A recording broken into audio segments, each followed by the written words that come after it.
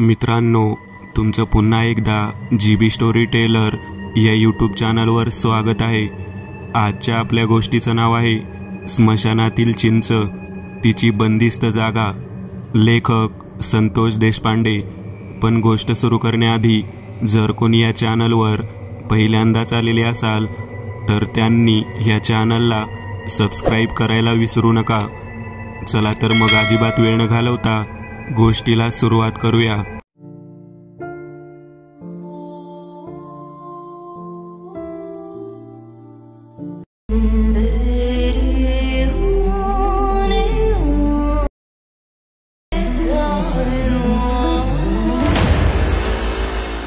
बबन तिसऱ्यांदा स्मशानाकडे जाऊन आलेला होता। गावामधील लोक खूपच चिंतेत होती। नेमकं काय कारण आहे म्हणून सायंकाळच्या वेळेला वस्तीवरचे एक एक लहान लेकरू जेमतेम 5 वर्षाचे त्या स्मशानातल्या कठड्यावरती जाऊन बसत होतं। गावातल्या लोकांनी बबनला त्या ठिकाणी पाठवलं होतं खरं, परंतु ज्या वेळेला बबन त्या ठिकाणी जात होता, कंपाऊंडच्या बाहेरून आतमध्ये पाहिल्यानंतर केवळ मुलगा त्या कठड्यावर बसलेला दिसायचा आणि आतमध्ये गेल्यानंतर मात्र चित्रविचित्र आवाज आणि केवळ गोंधळ ऐकू यायचा। काय कारण होतं तेच कळत नव्हतं। या सर्व गोष्टी मागं काहीतरी विचित्र विद्येचा कोणीतरी प्रयोग केला आहे असं सगळ्यांना वाटत होतं। मांत्रिक वगैरे सगळं काही पाहून झालं होतं। वस्तीवरच्या प्रत्येक घराच्या बाहेरच्या बाजूला बावल्या सुद्धा लावून झालेल्या होत्या, परंतु काही केल्या हे सत्र थांबतच नव्हतं। बरोबर एक विशिष्ट दिवशी ते घडत होतं। पारू सगळ्याकडे पाहत म्हणत होती, माझ्या नवऱ्याला तुम्ही तिकडे का पाठवता?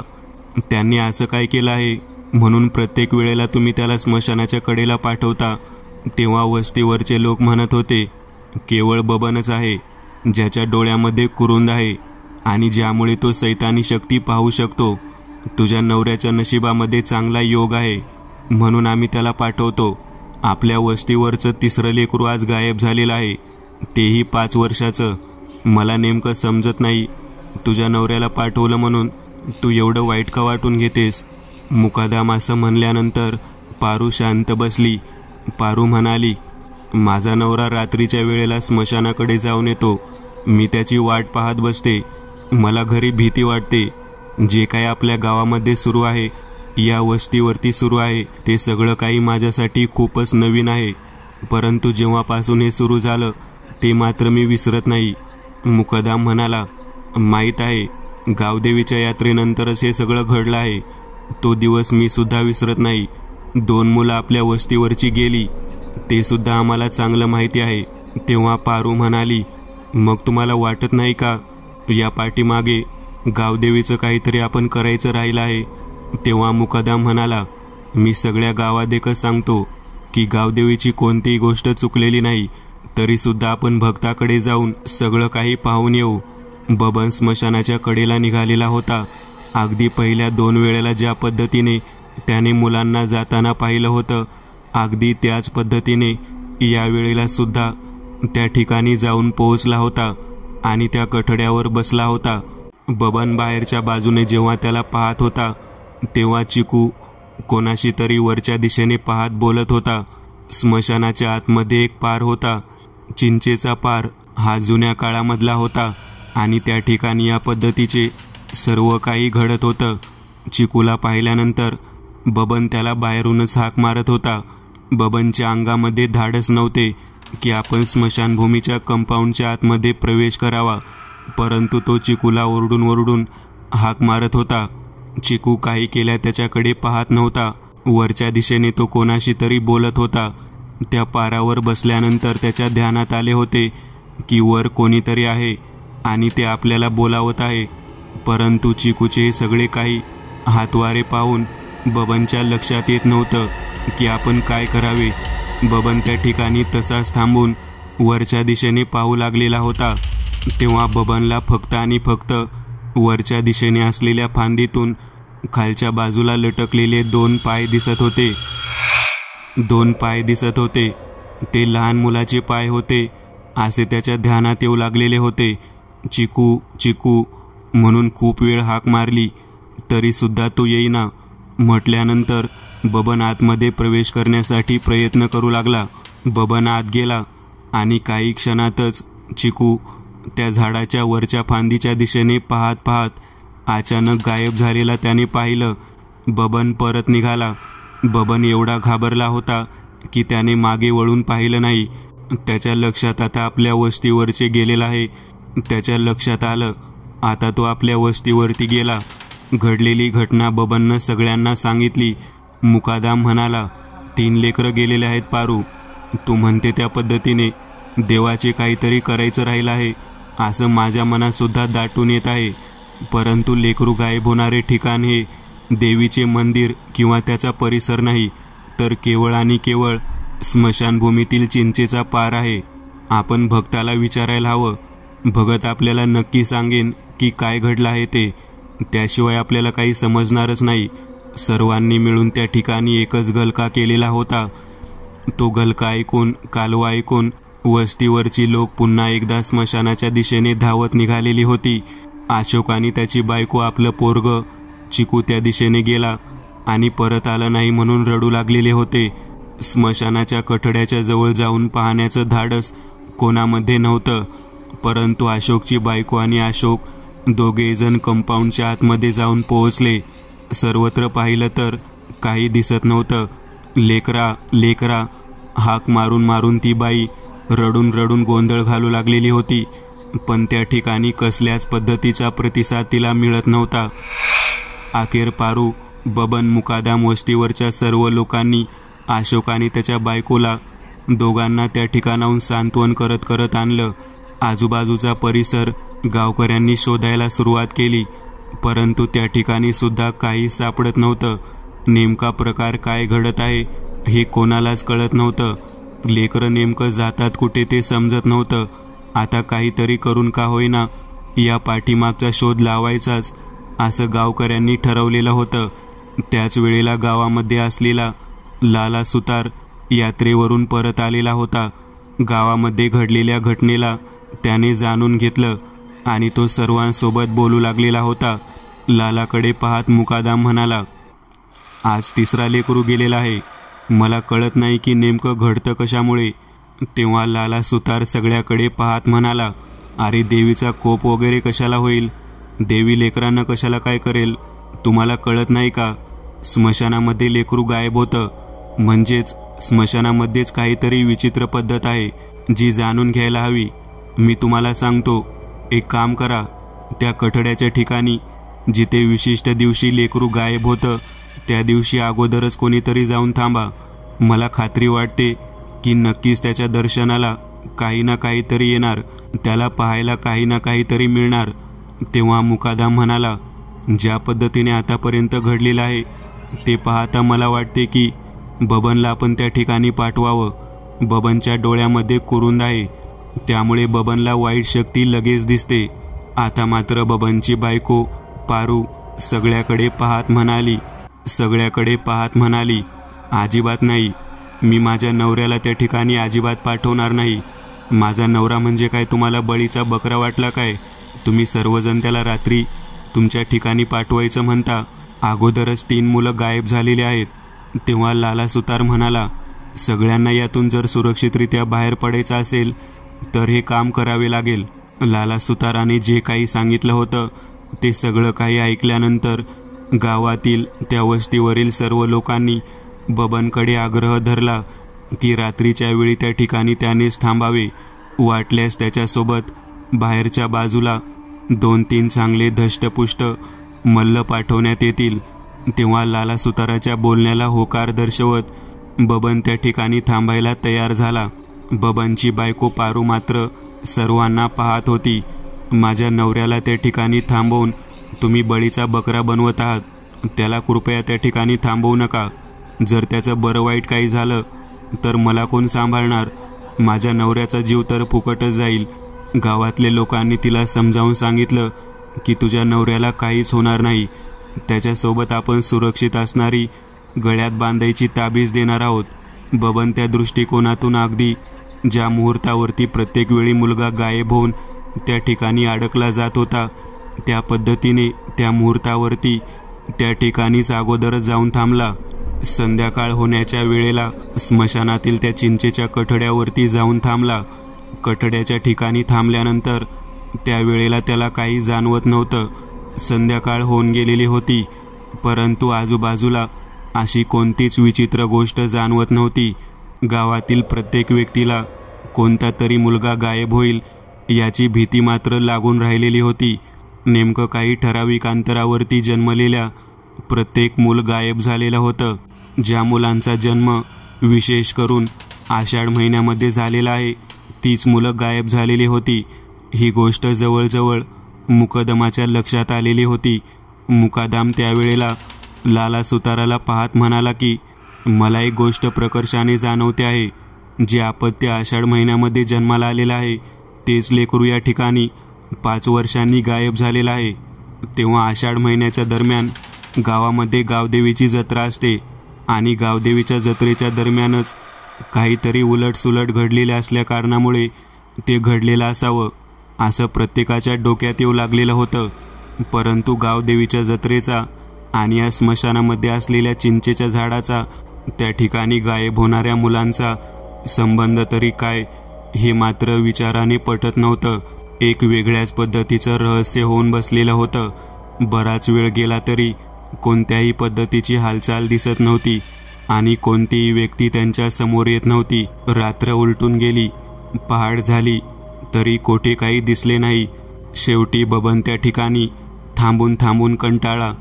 त्याच्यासोबत असलेल्या गावातील लोकांना सुद्धा त्या ठिकाणी कंटाळा आला. दिवस उजडायची वेळ आली. दिवस उजाडल्यानंतर सर्वजण आपापल्या घरी निघून गेले. त्या ठिकाणी काहीच घडले नाही. या गोष्टीचं आश्चर्य वाटू लागलं. गावामधील मुलगा गायब होण्यामागचं कारण काय असावं याचा शोध घेण्याच्या दृष्टिकोनातून लाला सुतार म्हणाला की मला एक व्यक्ती आठवते, जी व्यक्ती काही व्यक्ती पाहिल्यानंतर आवर्जून काय घडल ते सांगू शकते. तेव्हा मुकादम म्हणाला, ज्या ज्या घरातील मुलं गायब झालेले आहेत, ज्यांची मुलं गायब झालेली आहेत, त्यांना आपण त्या व्यक्तीच्या समोर उभा केलं तर चालेल का? तेव्हा लाला म्हणाला, हो चालेल ना, काही हरकत नाही. निदान त्यांना पाहिल्यानंतर तर लक्षात येईल की त्यांच्या घरातील लेकरू कोणत्या कारणामुळे गायब झाला आहे. एका पाठोपाठ एक या पद्धतीने 3ही जोडप्यांना त्या ठिकाणी बोलावण्यात आलं होतं.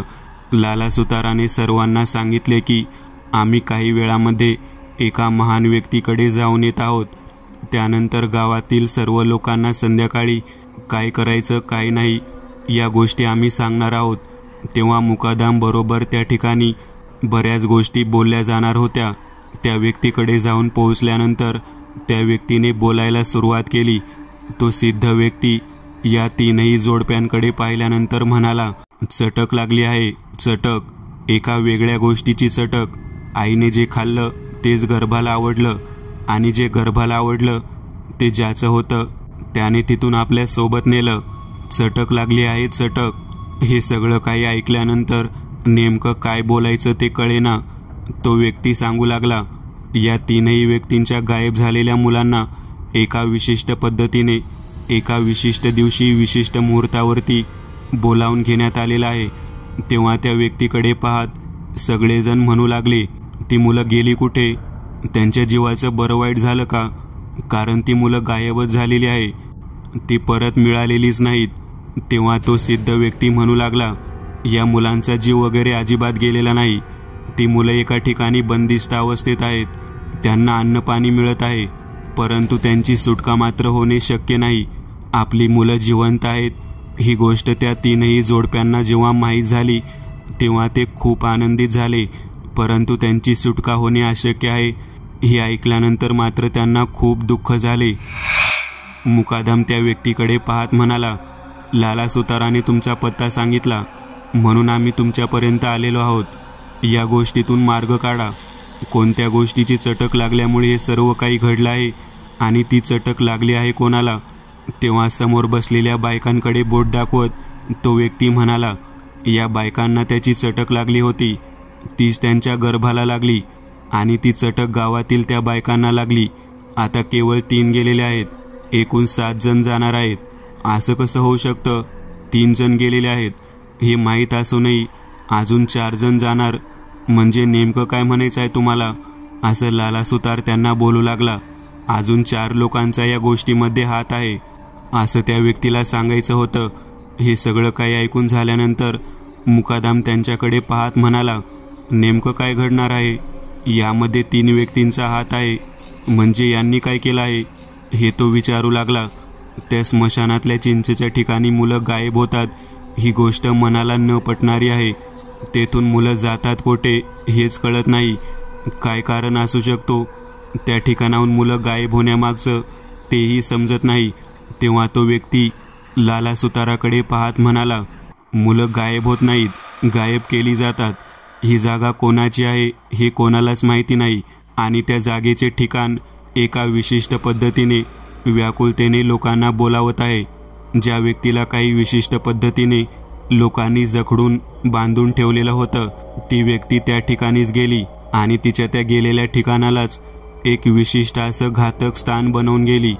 त्या ठिकाणी जो व्यक्ती जातो तो त्या व्यक्तीच्या मर्जीवरतीच तेथे बंदिस्त होतो. तेव्हा मुकादम म्हणाला, केवळ 5 वर्षाचीच मुलं त्या ठिकाणी गायब झालेली आहेत आणि ती सुद्धा आषाढ महिन्यामध्ये जन्मलेले जी मुलं आहेत तीच मुलं गायब झालेली आहेत. या पाठीमागचं कारण काय असू शकतं? तेव्हा तो सिद्ध व्यक्ती म्हणू लागला, आषाढ महिन्यामध्ये जन्मलेली मुलं गायब होणार हे सत्र असं सुरू राहणार आहे. ज्या ज्या मुलांचा जन्म आषाढ महिन्यामध्ये आहे त्या सर्व मुलांना धोका आहे एवढं लक्षात ठेवा. आता आपण काय करायचं नेमकं ते तरी सांगा. लाला सुतार, मुकादम, बबन हे सगळेजण विचारत होते. तेव्हा त्या व्यक्तीने सांगायला सुरुवात केली. तो व्यक्ती म्हणाला, ज्या मुलांचा जन्म आषाढ महिन्यातला आहे त्या मुलांना एका ठिकाणी एका खोलीमध्ये व्यवस्थितरित्या सुरक्षित पद्धतीने बंदिस्त करून ठेवा. अशी कोणती गोष्ट सांगितली होती की ज्याची चटक लागल्यामुळे सगळं काही घडलं आहे असे ते म्हणत होता.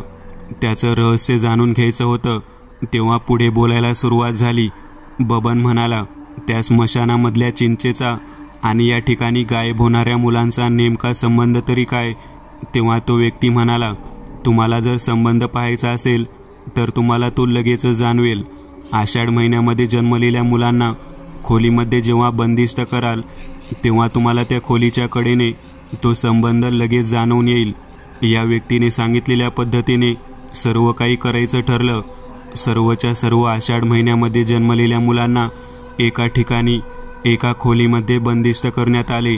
मुलांना खोलीमध्ये बंदिस्त केल्यानंतर त्या व्यक्तीच्या सांगण्यावरून बाहेरच्या बाजूला काही विचित्र घडणार आहे हे प्रत्येकाला जाणवू लागलेलं होतं, परंतु नेमकं काय घडणार ते कळत नव्हतं. त्याच वेळेला एक बाई डोक्यावरती पाठी घेऊन रात्रीच्या वेळेला चिंचा विकायला आलेली दिसली. चिंचा घ्यायच्या का चिंचा? गोड गोड चिंचा, आंबट गोड, गाभोळ्या चिंचा, चिंचा घ्यायच्या का चिंचा? अशा पद्धतीने ती बाई बोलत होती. रात्र झाल्यानंतर अशा पद्धतीची चिंच विकणारी बाई या अगोदर कोणीच पाहिली नव्हती, परंतु ज्या व्यक्तींची मुलं त्या ठिकाणी बंदिस्त होती त्या मुलांच्या आईंना मात्र त्या बाईचा आवाज आणि त्या बाईचं रूप ओळखून आलं. त्या बायकांना ती बाई ओळखत होती. ती बाई त्या बायकांच्या जवळ गेली आणि म्हणाली, चिंच हवी आहे का चिंच? तेव्हा त्या बंदिस्त खोलीच्या बाहेरच्या बाजूला पहारा देणाऱ्या त्या मुलांच्या आयांनी त्या बाईकडून चिंचा घेतल्या. त्याच वेळेला त्या ठिकाणी लाला सुतार आला. म्हणाला, थांबा, अजिबात कोणी कोणाकडून काही घेऊ नका. तेव्हा समोर डोक्यावरती पाटली घेतलेली बाई लालाकडे विचित्र पद्धतीने पाहत मान खालच्या दिशेने वळवत त्याला पायापासून डोक्याच्या केसापर्यंत पाहू लागली. तिचं या पद्धतीने पाहणं सगळ्यांना विचित्र वाटलं. ती बाई म्हणाली, एक चिंच तरी खाऊन बघ, मग कळेल किती गोड आहे ती. तेव्हा लालाच्या लक्षात आलं की या बाईच्या हातामध्ये असलेली चिंच ही साधीसुधी चिंच नाही, काहीतरी विशिष्ट आहे त्यामध्ये. हे सगळं काही ऐकल्यानंतर त्या बायका मागे सरकायच्या सोडून त्या बाईकडे आकर्षित होऊन तिच्या टोपल्याजवळ जाऊ लागल्या. लाला त्या सर्वांना म्हणू लागला, मागे सरका मागे. जर तुम्ही मागे नाही सरकला तर मग अवघड होईल. तरी सुद्धा त्या बायका काहीच बोलत नव्हत्या. त्या बाईकडे पाहत होत्या आणि तिच्या पाठोपाठ जाण्यासाठी निघाल्या. त्या बायकांना थांबवण्याचा प्रयत्न बबन, मुकदम, लाला तसेच गावातील मुलं करू लागलेली होती. परंतु सगळं काही व्यर्थ होतं. काही अंतर गेल्यानंतर ती बाई अतिशय कुरूप आणि उग्र स्वरूपाची दिसू लागली. तिचं हे रूप बदललेलं पाहिल्यानंतर तेथे असलेले पुरुष मंडळी घाबरले. लाला सुतार तर चांगल्याच पद्धतीने घाबरला. त्याच्या लक्षात आलं की विशिष्ट पद्धतीने आषाढ महिन्यामध्ये जन्मलेल्या मुलांच्या गायब होण्यामागे या बाईचा काही ना काहीतरी हात आहे. त्याच वेळेला बबन म्हणाला, "अहो लाला, तुमच्या लक्षात आलं नाही का? त्या बाईने विकायला काय आणलं आहे? त्या बाईने विकायला चिंच आणलेली आहे. मुलं गायब होण्याचे ठिकाणसुद्धा चिंचेचे झाड आहे आणि ते सुद्धा स्मशानातल्या चिंचेचं झाड. नक्कीच त्या भयानक विद्रूप दिसणाऱ्या बाईच्या त्या टोपल्यातल्या चिंचेमागे काहीतरी रहस्य नक्कीच आहे. त्याशिवाय या सगळ्या बाया तिच्या पाठीमागे गेलेल्या नाहीत. काय रहस्य आहे ते जाणून घ्यायला हवं. त्या बाईला थांबवायला हवं. आपल्या गावातील सर्व बायकांना थांबवायला हवं," असं लाला म्हणू लागला. तेव्हा बबन म्हणाला, "मी तुम्ही सांगितलेल्या त्या सिद्धबाबाकडे जातो. या बाबांनी आपल्याला सर्व काही सांगितलं. त्या माणसाकडे जातो." तेव्हा लाला सुतार म्हणाला, "होय होय, तू लवकरात लवकर त्या ठिकाणी जा. त्यांना सांग की येथे या पद्धतीने काहीतरी विचित्र घडलं आहे म्हणून." तेव्हा बबन त्या दिशेने जाण्यासाठी निघालेला होता. इकडे मुकादम, लाला सुतार त्या विचित्र दिसणाऱ्या बाईच्या पाठीमागे निघालेल्या बायकांच्या मागोमाग निघालेला होता. ती बाई स्मशानाच्या दिशेने निघालेली होती. स्मशानाच्या बाजूला असलेल्या कंपाऊंडच्या बाहेरच्या बाजूला सर्व बायका येऊन थांबलेल्या होत्या. आता नेमकं काय घडणार आहे याकडे सर्वजण लक्ष देऊन होते. स्मशानाच्या आतमध्ये त्या बाईने प्रवेश केला. टोपल्यातील चिंचा सगळ्यांकडे दाखवत बाई म्हणाली, "या या, आंबट गोड चिंचेचा गोडवा घ्या. या चिंचेचा गोडवा या अगोदर तुम्ही सर्वजणांनी चाकला आहे. त्या चाकलेल्या गोडव्यामुळेच तर तुम्हाला इतकी गोड मुलं झालेली आहेत." हे सर्व काही ऐकल्यानंतर बाहेरच्या उभारलेल्या लोकांना डोक्यामध्ये प्रकाश पडू लागला. त्या बायकांचे नवरे मुकदमाकडे पाहत म्हणाले, "अहो, आमच्या घरातील बायकांनी गरोदर असताना याच बाईच्या चिंचा खाल्ल्या होत्या. आम्हाला सुद्धा त्यांनी दाखवलं होतं की किती गोड आणि अप्रतिम पद्धतीची चिंच आहे. परंतु या स्मशानातील चिंच असेल आणि तिच्या चिंचेच्या चिंचा या बायकांनी खाल्ल्या असतील असे आम्हाला वाटलं नव्हतं." तेव्हा मुकादम म्हणाला, "सगळं काही खरं आहे, परंतु मला हे समजत नाही की एखाद्या झाडाची चिंच खाल्ल्यामुळे अशा पद्धतीने कसं काय घडू शकतं. नक्कीच या बाईचं कोणीतरी वाकडं केलेलं आहे, त्यामुळे हे सर्व काही घडत आहे." तेव्हा सुतार म्हणाला, "या स्मशानातल्या चिंचेच्या बाबतीमध्ये घटना घडली होती. ती मला आता प्रकर्षाने जाणवत आहे आणि त्या घटनेमध्ये याच गावातील सगळी लोक होती. कित्येक वर्षापूर्वी या स्मशानातल्या चिंचेला एका बाईने आणि 2 मुलांनी कवटाळून आपला जीव दिलेला होता." तेव्हा मुकादम म्हणाला, "स्वतःहून कसं काय जीव देतील?" तेव्हा लाला म्हणाला, "स्वतःहून जीव दिला नव्हता. त्यांना बांधून ठेवण्यात आलेलं होतं आणि त्यांना ठेचून ठेचून मारण्यात आलं होतं. काय नेमकं कारण होतं त्यांना मारण्यामागचं कोणी सांगू शकेल का?"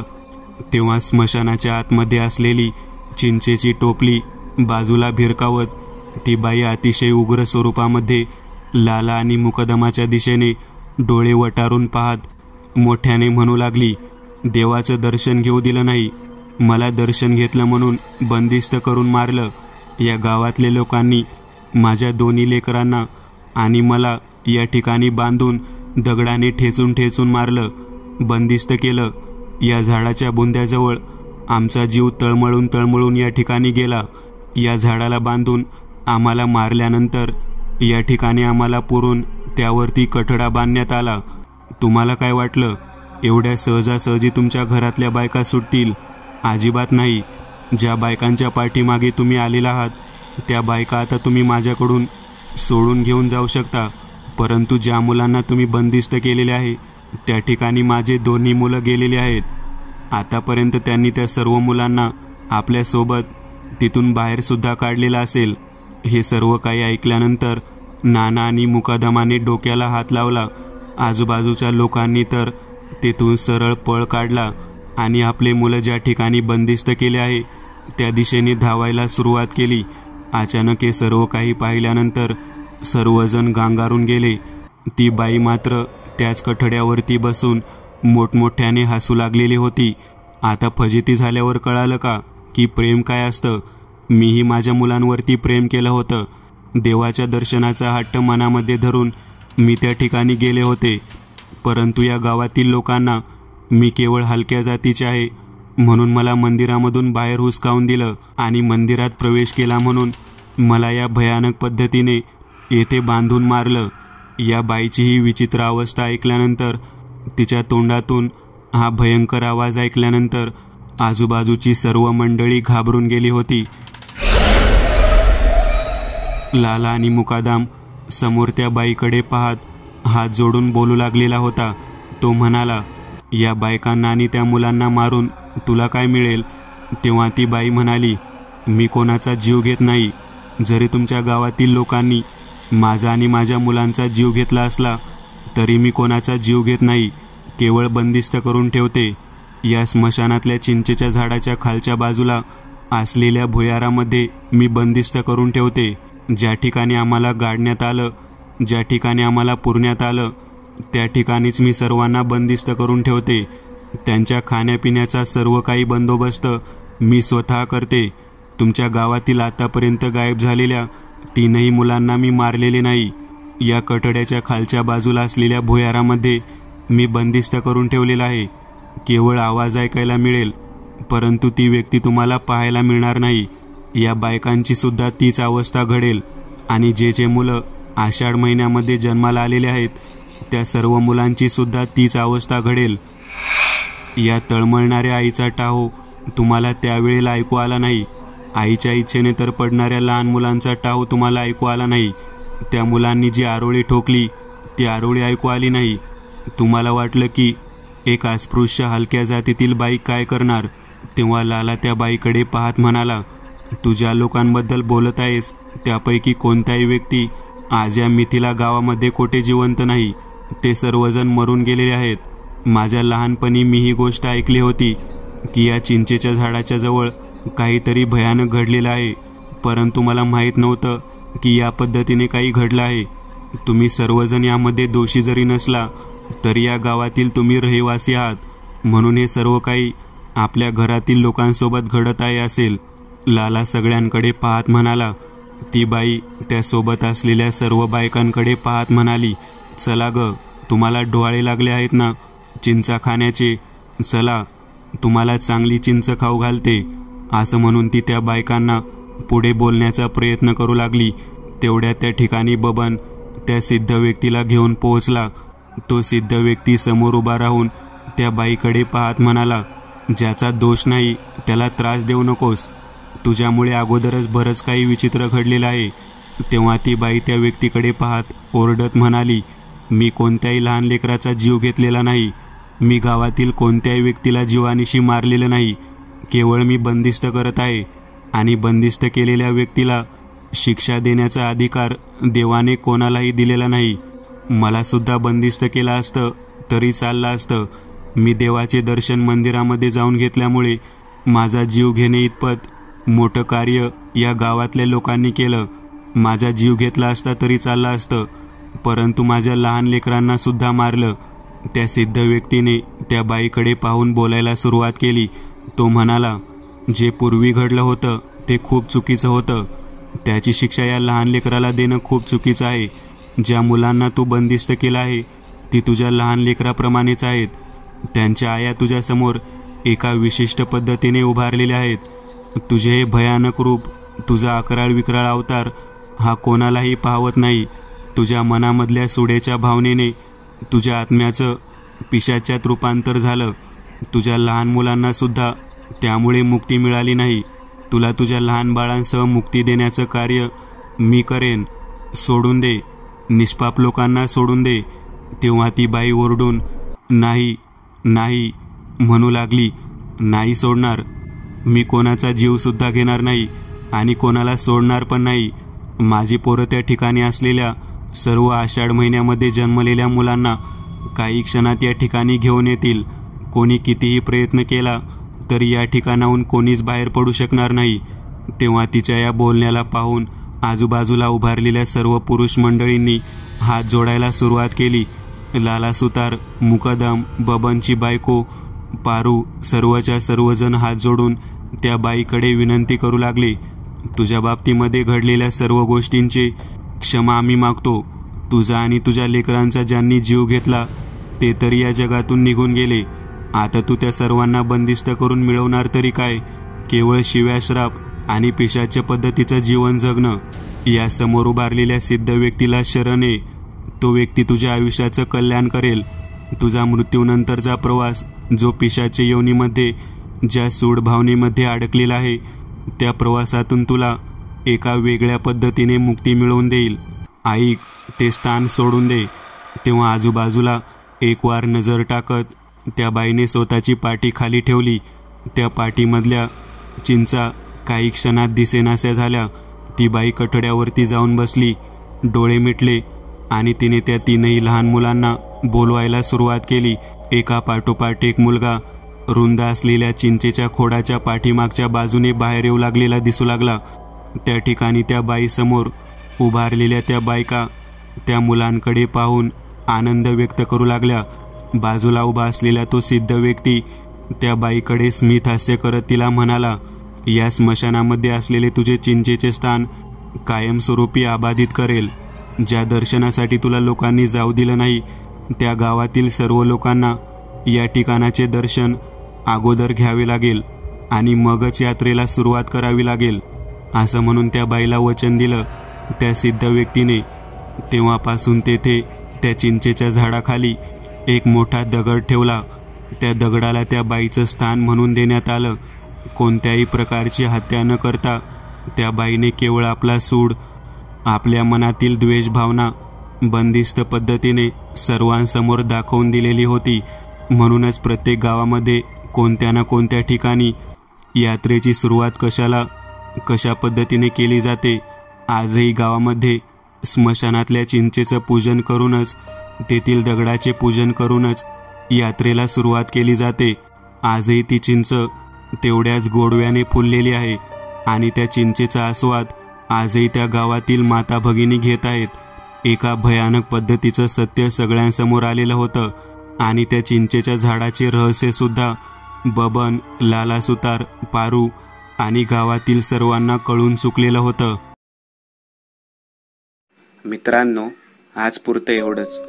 तुम्हाला जर काही गोष्ट आवडली असेल तर नक्की लाईक करा. तुमच्यापैकी बरेचसे जण व्हिडिओ लाईक न करताच पळून जातात, पण हा जर व्हिडिओ तुम्ही लाईक केला तर मला जरा बरं वाटेल आणि असेच भारी भारी व्हिडिओ बनवायची माझ्यात एनर्जी येईल. त्यामुळे नक्की लाईक करा आणि अजूनही कोणी या चॅनलला सबस्क्राईब केलेलं नसाल तर लगेच सबस्क्राईब करून टाका आणि बाजूची घंटी ती मात्र दाबायला विसरू नका. देवाची घंटी आहे ती. चला तर मग पुन्हा भेटूया अशीच एक आगळी वेगळी गोष्ट घेऊन पुढच्या